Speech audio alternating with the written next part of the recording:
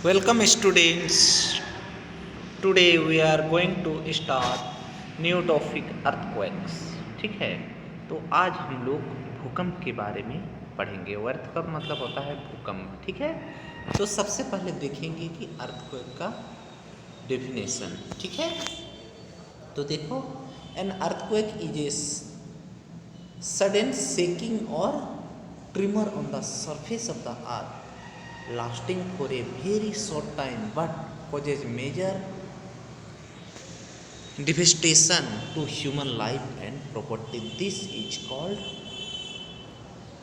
earthquake. ठीक है, तो सोचो, तो ये कम ही समय के लिए आता है, लेकिन पृथ्वी का अचानक कंपन या दोलन के कारण जो भी मतलब उसके कारण जो भी हम लोगों का लाइफ और प्रॉपर्टी का यानी जीवन और संपत्ति का क्षति होता है, उससे हम लोग क्या कहते हैं? भूकंप कहते हैं। पृथ्वी का अचानक कंपन या दोलन होना भूकंप कहलाता है। हम लोग साधारण तौर पे कहें तो क्या यहाँ से डेफिनेशन स्टार्ट हो सकता है। ठीक है, क्या कर सकते हैं हम लोग? ए सडन शेकिंग और tremor on the surface of the earth lasting for short time, कुछ ही समय के लिए, बहुत कम समय के लिए होता है, but causing a major devastation to human life and property.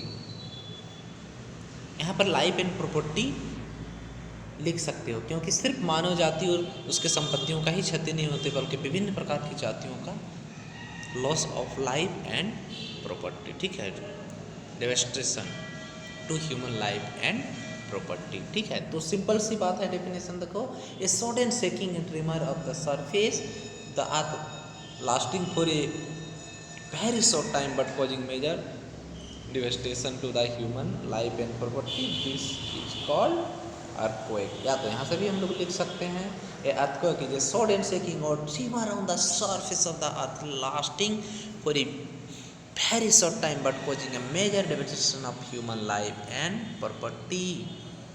ये है हम लोगों का डेफिनेशन ऑफ अर्थक्वेक। ठीक है, डेफिनेशन ऑफ अर्थक्वेक।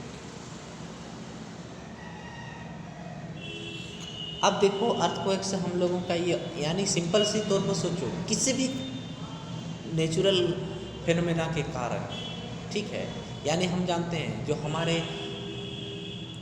मानव जाति का क्षति होता है, ठीक है, वो हम लोग उसको नेचुरल फिनोमेना के अंतर्गत लगते हैं। बोल रहा है, लेकिन पृथ्वी का अचानक कंपन या दोलन के कारण, चाहे पृथ्वी के आंतरिक भाग में किसी भी तरह का प्रॉब्लम होने के कारण, यानी किसी भी तरह का हलचल होने के कारण पृथ्वी का अचानक कंपन करना या दोलन करना, ठीक है, अचानक कंपन करना या दोलन करना और कम समय के लिए तथा बहुत ज़्यादा मात्रा में जान माल की हानि पहुंचना भूकंप कहलाता है। ठीक है, तो देखो, इस तरह से हम लोगों का किस तरह से भूकंप होने से घर से लेके सब कुछ हम लोगों का धंस जाता है, पेड़ पौधे जीवन सब, एक एक आदमी सब गड्ढा भूकंप के कारण वहाँ से जो भी गैसेस के रूप में निकलती हैं वहाँ पर बड़ा सा होल हो जाता है, जिसके कारण पृथ्वी हिलने लगती है और वहाँ का जो भी लावा मैग्मा निकलते हैं उसके कारण हम लोग देखते हैं कि बहुत बड़े बड़े पर्वत भी होते हैं, सागर भी बन जाते हैं। जहाँ का सरफेस जैसा रहता है वहाँ का सरफेस स्ट्रक्चर बिगड़ जाते हैं।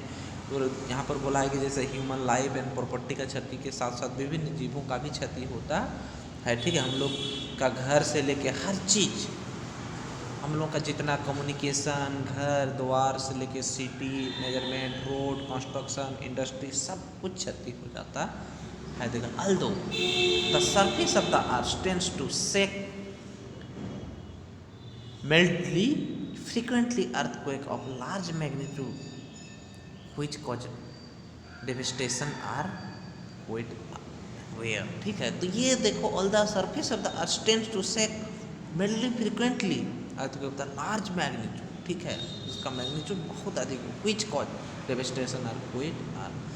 इतना ज़्यादा मैग्नीट्यूड होने के कारण वो कुछ ही समय के लिए क्यों ना हो, लेकिन वो बहुत ज़्यादा मात्रा में क्या होता है?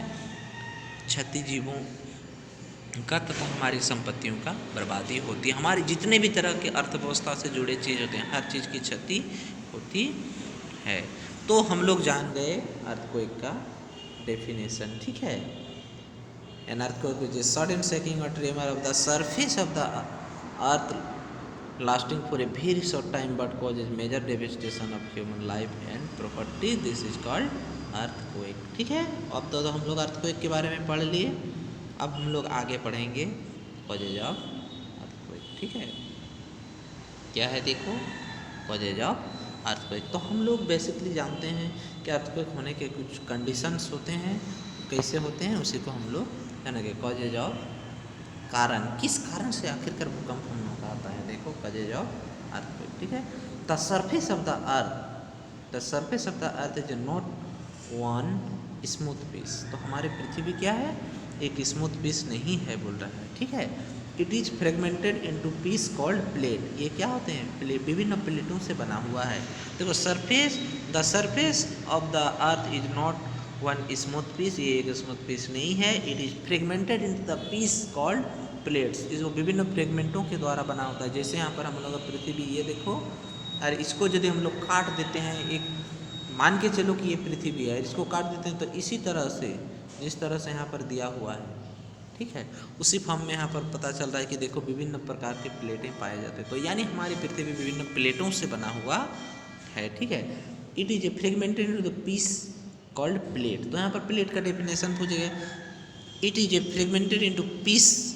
ठीक है, विभिन्न पीसों से बना होता है. This is called plates which are always in motion. और हमारे पृथ्वी के अंदर जो विभिन्न प्लेट होते हैं, ठीक है, विभिन्न परत होते हैं, और परतों में हम लोग देखते हैं ना, ऊपर पट्टी, प्रवार और प्रोड, 3 परत होते हैं. तो तीनों परत में अलग अलग टाइप के जो प्लेट्स होते हैं, और वहाँ पर जो भी प्लेट्स होते हैं क्या होते हैं, हमेशा मोशन करते रहते हैं. पृथ्वी के आंतरिक भाग में क्या होता है, इनर साइड में क्या होता है, मैग्मा एवं लावा क्या होता है, इतना ज़्यादा गर्म होने के कारण हमेशा वो पिघला हुआ रहता है, हमेशा वो मोशन के रूप में होता है. तो जितने भी हम लोगों के अर्थ के अंदर प्लेट हैं, Australian plate, Indo Australian plate, Asian plate, ये हमेशा क्या होता है, एक डायरेक्शन से. अब देखो उस प्लेट जो हम नाम बोल दिए, Asian plate, Australian plate, Indo Australian plate, Asian plate, European plate, तो ये प्लेट्स का नाम पड़ा है हम लोग, जैसे अपना कॉन्टिनेंट का, हमारे महादेश का नाम जैसे जैसे हम लोग दिए हैं, उसके आधार पे उस क्षेत्र में पाए जाने वाले उस प्लेट का नाम रखा गया. तो वो प्लेट क्या हमेशा मोशन में रहते हैं. ठीक है, व्हेन वन प्लेट रब और slides over another is cause an earthquake. तो एक प्लेट जब दूसरे प्लेट के बीच में क्या कहते हैं, फ्रिक्शन हो जाते हैं. ठीक है, मान ली कि ये एक प्लेट है, ये भी एक प्लेट है, आके ऐसे करके इस प्लेट इधर आके ये प्लेट इधर से आई, ऐसे जो भी मैग्मा लवा होता है उसके कारण फिसल के बीच में इस तरह से लिक्विड टाइप का होता है, इसके कारण हमेशा फिसल के पार हो जाते हैं. लेकिन कभी कभी कंडीशन क्या होता है, कभी कभी कंडीशन क्या होता है कि जब मान लीजिए कि ये एक प्लेट है, ये एक प्लेट है, ये एक दूसरे के डायरेक्शन से मान लीजिए कि ऐसे करके जो पार होने का रहता है, फिसल के पार होते हैं.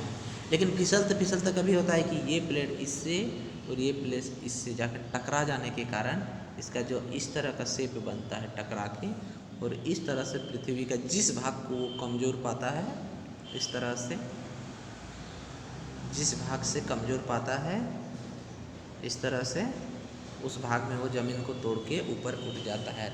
इस तरह से हम लोग जानते हैं कि प्लेट के जो फ्रिक्शन होने के कारण, जोर से यदि प्लेट का फ्रिक्शन, देखो व्हेन वन प्लेट रब और स्लाइड्स, एक प्लेट या तो रब करता है या slides, another is causes an earthquake. इसी के कारण क्या होते हैं, अर्थक्वेक होते हैं, भूकंप होते हैं. और इस तरह से टकरा के फ्रिक्शन होता है, घर्षण के कारण पृथ्वी के जिस भाग को कमज़ोर पाता है. हम लोग देखते हैं जिस इलाका में माइनिंग होता है, माइनिंग इलाका में भी बहुत ज़्यादा गड्ढा होता है, पृथ्वी की लेयर पतले होने के कारण उस भाग में भी कभी कभी होता है. जैसे तुम लोग देखोगे ज़्यादातर भूकंप समुद्री इलाका में होता है, क्योंकि समुद्री इलाका में ज़मीन का जो मोटाई होती है, ठीक है, वो कम होता है, क्योंकि समुद्र गहरा होने के कारण वहाँ कमज़ोर भाग मिल जाता है, तो उसी भाग को तोड़ के वो भूकंप आने लगते हैं. जैसे भूकंप आने लगते हैं तो जिस क्षेत्र में मैग्मा और लवा निकलते हैं उस क्षेत्र में पहाड़ बन जाता है. उसके नेक्स्ट भाग क्या होता है, बड़ा भूकंप होने से, और वहाँ का जितने भी पानी जब अलग जगह पर चले जाते हैं तो अगल बगल के जितने भी जो कोस्टल एरिया होते हैं सब डूब जाने के कारण जो लहर आता है समुद्र का, जिसे हम लोग सुनामी कहते हैं. ठीक है। तो भूकंप से सुनामी भी आता है, ठीक है। तो यहाँ हम लोग बेसिकली सुनामी की ओर नहीं बल्कि एक अर्थक्वेक का जो कॉजेज है, कारण है, किस कारण से होता है उसको जानने के लिए देखो इस तरह से प्लेट का फ्रिक्शन होना या स्लाइडिंग करके टकरा के ऊपर उठ जाना में भूकंप को एक मुख्य कारण है, ठीक है। तो हम लोग जान गए the surface of the earth is not a smooth, ये तो जान फ्रेगमेंटेड ये प्लेटों से बना होता है, व्हिच आर ऑलवेज मोशन, और ये प्लेट हमेशा मोशन में रहते हैं। व्हेन वन प्लेट रॉक्स और slides another is causes of earthquake. तो इस तरह से हम देखो पृथ्वी का जो देखते हैं भाग को, आंतरिक भाग को, इनर साइड को, तो सबसे जो ऊपर पृथ्वी का जो ग्राउंड सरफेस होता है, ऊपरी सतह, जिसको हम लोग ऊपर पट्टी बोलते हैं, ये देखो क्रस्ट। उसके बाद सेकेंड जिसको हम लोग परिवार बोलते हैं वो है देखो मेंटल, और जिसको हम लोग कोर बोलते हैं, कोर को दो भागों में बांटा गया है, एगो इनर कोर, ठीक है। तो पृथ्वी के जो लेयर होते हैं वो सबसे पहले देखो पहला है लेयर ऑफ अर्थ में क्रस्ट, ठीक है, CRUST क्रस्ट। दूसरा में है मेंटल, ठीक है, मेंटल, ठीक है।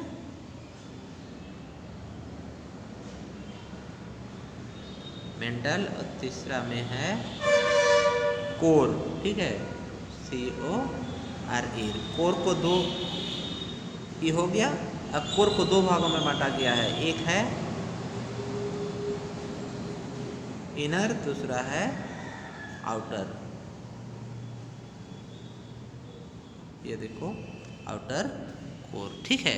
तो एक इनर कोर, एक आउटर कोर, जिसे हम लोग इसको हम लोग क्या बोलते हैं, ऊपर पट्टी बोलते हैं, इसको परिवार बोलते हैं, तुम लोग ज्योग्राफी में पढ़ चुके हो। और कोर, क्रोट को दो भागों, एक आंतरिक कोर, क्रोट जिसको हम लोग बोलते हैं, एक होता है बाह्य कोर, ठीक है, क्योंकि कोर का लेयर मोटा होता है इसलिए उसको भी दो भागों में बांटा गया है। याद रखोगे ये जो हम लोगों का क्रस्ट है, ठीक है, क्या है क्रस्ट, इसको हम लोग सियाल भी बोलते हैं, सियाल, सिलिकॉन प्लस एल्युमिनियम, इसका दूसरा नाम सियाल है, ठीक है। तुम लोग पढ़े होंगे क्रस्ट को हम दूसरा नाम सियाल भी होता है, ठीक है। इसमें सियाल देखो सिलिकॉन प्लस एल्युमिनियम, तो ये इस परत में सबसे ज़्यादा सिलिकॉन प्लस एल्युमिनियम पाए जाने के कारण इसका नाम सियाल भी रखा जाता है, ठीक है, सियाल, सियाल देखो सिलिकॉन प्लस एल्युमिनियम। दूसरा क्या है मेंटल, देखो मेंटल, मेंटल, ठीक है, मेंटल का सीमा, ठीक है, सीमा सिलिकॉन प्लस मैग्नीशियम, ठीक है, सीमा सिलिकॉन प्लस Mg, इसको बोलते हैं सीमा। इसमें सिलिकॉन प्लस मैग्नीशियम ज़्यादा पाया जाता है, ठीक है, इसे सीमा कहा जाता है, सीमा, ठीक है, हिंदी में लिखा रहता है। तीसरा होता है निफी, जिसको हम लोग कोर बोलते हैं, ठीक है, इसको हम लोग कोर बोलते हैं, जिसका दूसरा नाम होता है निफे, निकेल प्लस फेरस, ये देखो, ठीक है। तो देखो पृथ्वी का तीन परत होते हैं, क्रस्ट, मेंटल एंड कोर के टू टाइप्स हम लोग inner core and outer core, ठीक है। तो पृथ्वी के जो ऊपरी सतह होता है crust, the upper layer of the earth, this is called crust, ठीक है, the upper layer of the earth, this is called crust, ठीक है। या तो हम लोग का ये क्रस्ट हो गया, इसका और भी डेफिनेशन इसी तरह से हम लोग सभी का डेफिनेशन मेंटल का भी दे देते हैं, ठीक है। Between crust and core, the layer between crust and core, this is called mental. Also the inner layer of the earth, this is called inner core, ठीक है। इसी तरह से तीनों का डेफिनेशन हो गया, ठीक है। अब कॉजेज हम लोग जाने अब देखो भूकंप का कुछ देखो प्लेट्स, ये देखो प्लेट्स के रूप में रहते हैं, किस तरह से हम लोग का plate on the earth surface और किस तरह से देखो रोड बर्बाद होता है, घर बर्बाद होता है, इस तरफ से चित्र। तो तुम लोग ये जो हम लोगों का फिगर दिया हुआ है, इस फिगर को ज़रूर बनाना, बुक में दिया हुआ है, ठीक है। अब हम लोग आगे पढ़ेंगे मेजरमेंट ऑफ अर्थक्वेक, ठीक है, मेजरमेंट ऑफ अर्थक्वेक। अब भूकंप को मापा कैसे जाता है? अब होने का तो चलो हो गया, ये नेचुरल फिनोमेना है, इसको हम लोग रोक नहीं सकते हैं होने से, लेकिन फिर भी हम लोग इससे कुछ हद तक पूर्वानुमान के अनुसार क्या होता है, हम लोग प्रिकॉशन ले सकते हैं, ठीक है। तो भूकंप को मेजरमेंट किससे किया जाता है? ए device called seismograph is a use for record seismic wave, ठीक है। तो भूकंप से जो निकलने वाले रेज होते हैं, वेव होते हैं, तरंगे होते हैं, ठीक है, भूकंप के कारण जो भी वेव्स निकलते हैं, तरंगे निकलते हैं, उसको हम लोग सेस्मिक वेव कहते हैं, ठीक है। तो देखो a device called seismograph use to record seismic wave produce during earthquake on the surface of the earth, ठीक है। Seismic wave produce during earthquake on the surface of the earth, ठीक है। पृथ्वी के जो सेस्मिक वेव्स भूकंप के दौरान जो निकलते हैं, उसको सिस्मोग्राफ से मेजरमेंट किया जाता है, उस वेव को। The purpose is to measure the motion and movement of ground during earthquake, ठीक है। तो किससे रिकॉर्ड किया जाता है? सिस्मोग्राफ से। तो कभी कभी हम लोग का दिया रहता है, जैसे भूकंप को कैसे मेजरमेंट किया जाता है, तो सेस्मिक वेव को सिस्मोग्राफ से, ऐसे भूकंप को रिएक्टर स्केल से मेजरमेंट किया जाता है, ठीक है, जो नीचे हम लोग अभी पढ़ने वाले हैं। तो देखो मेजरमेंट ऑफ अर्थक्वेक में लिखोगे a device called seismograph is use to record seismic wave producing the during earthquake on the earth surface. Earthquake के दौरान जो अर्थ सरफेस में सेस्मिक वेव आते हैं, उस सेस्मिक वेव को सिस्मोग्राफ से रिकॉर्ड किया जाता है। The purpose is to measure the motion movement of ground during the earthquake, ठीक है। इस प्रकार से हम लोग देखते हैं कि अर्थक्वेक का क्या, अर्थक्वेक के दौरान जो भी सेस्मिक वेव होते हैं, हम लोग उसको सिस्मोग्राफ से मेजरमेंट करते हैं। देखो इस तरह से यहाँ पर वेव्स दिखाया गया है, ठीक है, और उसको इस तरह से देखो वेव के रूप में जो भी इस तरह से दिया हुआ है, सपोर्ट के रूप में या मैग्नेट के रूप में, sticking rod pen rotating during with paper, इसको इस तरह से सजाया गया। आगे देखो इस फिगर को बना लेना है सिस्मोग्राफ वाला। अब देखो यहाँ पर सिस्मोग्राफ अब generally connected to the bedrock which are considered comparatively more stable to earthquake than building and other concrete structure and trees, ठीक है। सिस्मोग्राफ अब generally connect to bedrock which are considered comparatively more stable to earthquake than building other concrete and structure trees etc, ठीक है। तो देखो इस तरह से सिस्मोग्राफ को पेंडुलम बॉक्स के रूप में हम लोग रखते हैं। उसके बाद देखो नेक्स्ट जो हम लोगों का सेंटेंस है, पॉइंट नंबर 1 लिख लिए हो, पॉइंट नंबर 2, ये सिस्मोग्राफ वाला जो मेजरमेंट ऑफ अर्थक्वेक के बारे में जो जितने पॉइंट है, एक पॉइंट पढ़ चुके, ये दूसरा पॉइंट, अब थर्ड पॉइंट देखो। In order to ensure that the seismograph itself is stable and does not shake, we tie a heavyweight like pendulum shown here to the seismograph body, ठीक है। इस तरह से देखोगे विथ फिगर के साथ, ये जितने भी पॉइंट हैं बहुत ही इंपॉर्टेंट पॉइंट हैं। When the ground shakes, the pendulum shake and the pen being the right on the paper and the rolling drum is the drum rotate, the pen continue to the right, take a wave form. Next point, then the waveform which is similar to what is shown in the figure is always determine magnitude of the earthquake, ठीक है। तो waveform which is similar what is shown the figure analyze to determine the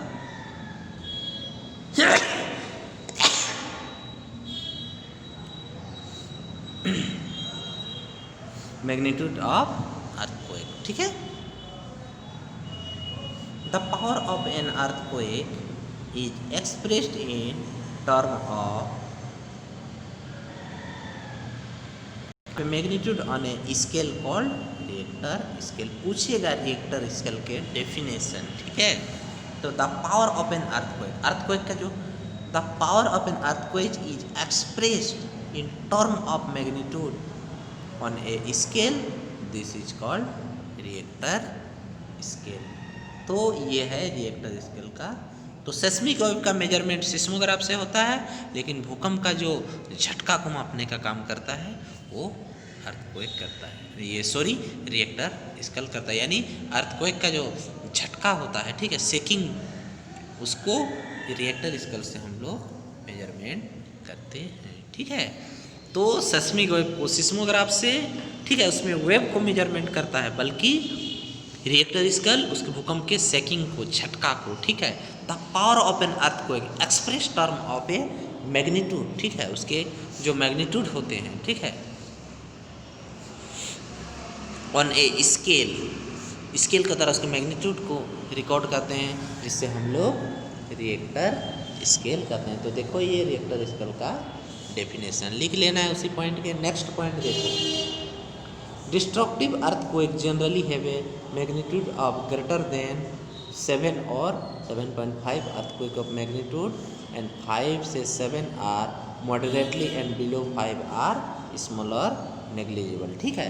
तो सबसे जो खतरनाक dangerous हम लोगों का मैग्नीट्यूड होते हैं वो होते हैं 7 से 7.5 अर्थक्वेक के दौरान, भूकंप के दौरान। सबसे जो खतरनाक हम लोगों का भूकंप होता है वो 7 रिएक्टर से एबव, 7 और 7.5 के बीच में जो होते हैं वो सबसे जो मैक्सिमम हाई मैग्नीट्यूड वाले अर्थक्वेक होते हैं, ठीक है। मैग्नीट्यूड होने के कारण उसमें बहुत ही ज़्यादा जान माल की हानि होती है, loss of property and life. और जो बीच में, तो ये जो सबसे जो डेंजर अर्थक्वेक का जो वेव्स का जो रिकॉर्ड किया गया है अब तक का, ठीक है, सबसे डेंजर माना जाता है 7 से 7.5 अर्थक्वेक, ठीक है, जिसका मैग्नीट्यूड ऑफ ग्रेटर, बहुत ज़्यादा ग्रेटर मैग्नीट्यूड माना जाता है 7 और 7.5, और इससे आगे जितना रहेगा वो और भी डेंजर होगा, लेकिन अब तक का रिकॉर्ड के अनुरूप इतने, ठीक है। अर्थक्वेक ऑफ मैग्नीट्यूड 5 से 7 के बीच में आया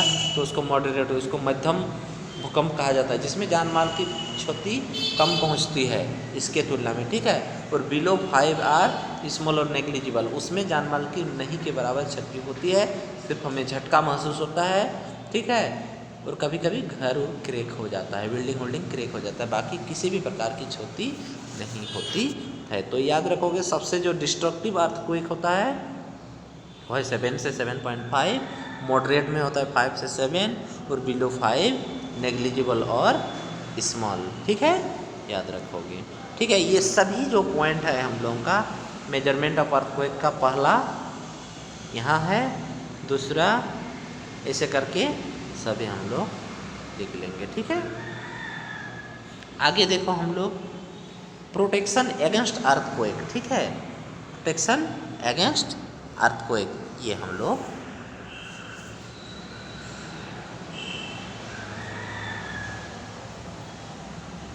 प्रोटेक्शन अगेंस्ट अर्थक्वेक, ठीक है, ये हम लोग अभी थोड़ा सा देखेंगे, ठीक है। अर्थक्वेक के अगेंस्ट में हमें क्या प्रोटेक्शन हम लोग ले सकते हैं, उसी के बारे में अभी देखना है, ठीक है।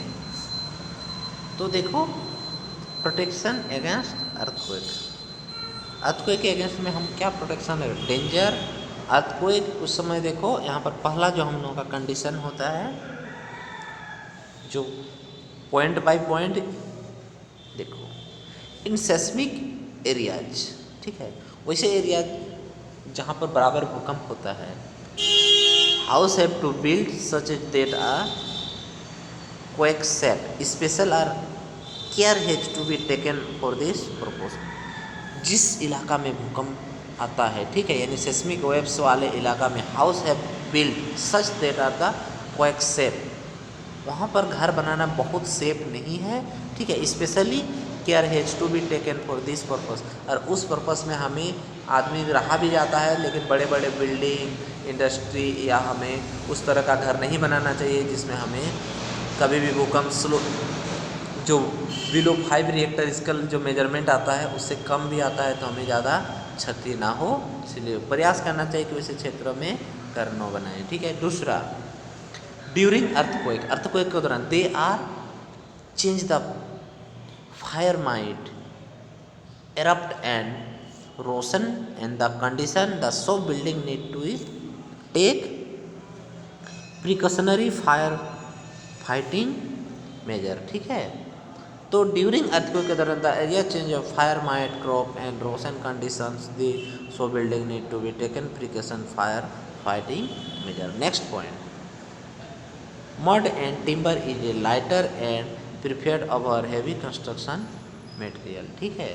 तो याद रखना जितने भी मड या तो जितने भी तरह के जो पार्टिकल्स वहाँ पे गिरते हैं तो हम जो से देखते हैं कि भूकंप के दौरान हम घर में रहते हैं तो हमें क्या करना चाहिए, उस चीज़ को यहाँ पर दिया हुआ है। ठीक है।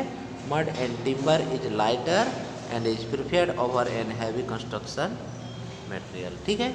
Roof need to be as a light as possible minimize to damage cause and fall. Next, wild designing interiors should to take cupboard are fixed the wall that they are not a fall easily। ठीक है। Next point देखो, similarly hang photo frame close the design articles on the wall such of they don't fall on the people. ऐसा घर में क्लो को सजा कर रखना चाहिए जिससे आदमी के शरीर में नहीं गिरना चाहिए। Don't stand under heavy and tall object. ठीक है। बड़े बड़े ऑब्जेक्ट्स और हेवी ऑब्जेक्ट्स के बगल में भूकंप के दौरान खड़ा नहीं रहना चाहिए। Power line, tree, if you are driving please move towards open space. और उस दौरान यदि भूकंप का फील होता है और आप ड्राइव कर रहे हैं तो उस दौरान प्रयास करना चाहिए कि हमें खाली जगह जाएं। ठीक है। तो कहीं कुछ हद तक सेफ रहता है। ठीक है। If you are at home take protection under a table. यदि आप घर में हैं तो क्या करें, आप टेबल के नीचे चले जाएं। क्यों जाया जाता है, क्योंकि ऊपर से जो भी हम लोगों का मलबे के रूप में जो गिरते हैं कोई भी सामान, उससे प्रोटेक्ट के लिए क्या टेबल के नीचे चले जाएं। ठीक है। नेक्स्ट देखो, if you are in bed cover your head with a pillow. उस दौरान क्या करना, तकिया यदि अपने बेड में तकिया है तो उस तकिया को अपने हेड में लेके उसको कवर करें। In seismic area bed should not be near heavy objects. और सेस्मिक एरिया में क्या करना चाहिए, अपना बेड को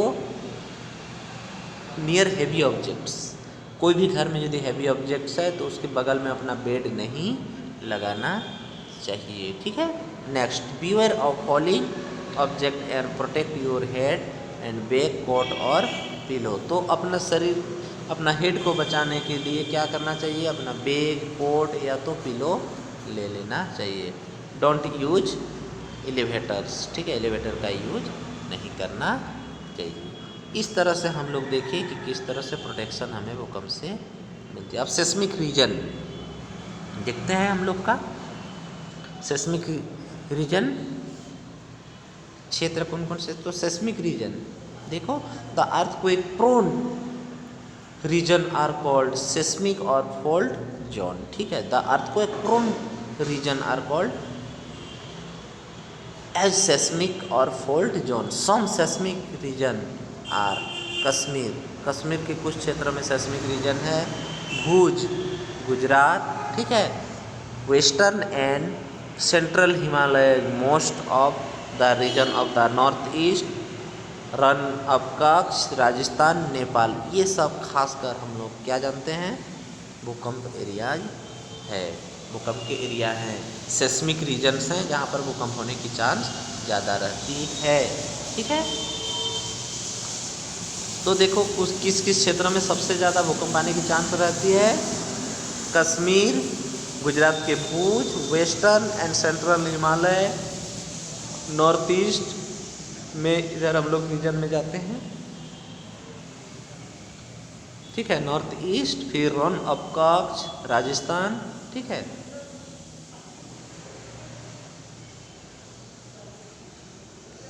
ये हो गया मेरा सेस्मिक रीजन।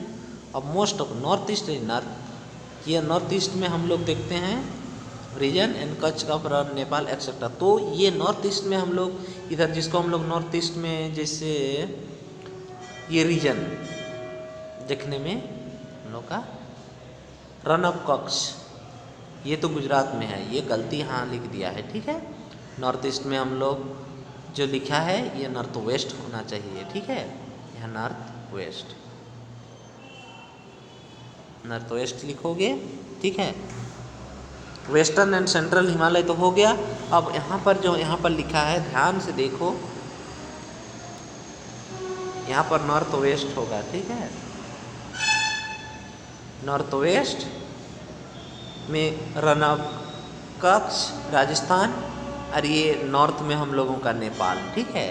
तो नॉर्थ वेस्ट नहीं, डायरेक्ट तुम लोग रीजन को लिख देना है, ठीक है। सेस्मिक रीजन में हम लोग आते हैं कश्मीर, भूज, वेस्टर्न सेंट्रल हिमालय, फिर रण ऑफ कच्छ, राजस्थान, नेपाल, ये सब इलाका का लिख देना है। एरिया नहीं बताना है कि किस क्षेत्र में किधर होता है। इंडिया के किसी जिस क्षेत्र में जो सेस्मिक वेक जोन है उस जोन को लिख देना है, ठीक है। ये यहाँ पर थोड़ा सा मिस्टेक हुआ है, ठीक है। अब देखो रिसेंट अर्थक्वेक, जो रिसेंटली हम लोग देखते हैं पिछले 10-20 साल से कहाँ कहाँ जो हम लोगों का भूकंप आया है उसको रिसेंट रखा है। अर्थक्वेक में देखो 2015 नेपाल, मैग्नीट्यूड देखो 8.8, कितना डेंजर देख रहे हो। Some part of north eastern India, और ये नॉर्थ ईस्टर्न ऑफ इंडिया का जो उस पार्क में भी हुआ था, जिसमें कितना मेजरमेंट किया गया था 8.8 रिएक्टर स्केल, दूसरा सबसे डेंजर था वो, ठीक है। उसका 2014 में आया था चाइना, मैग्नीट्यूड देखो 6.2।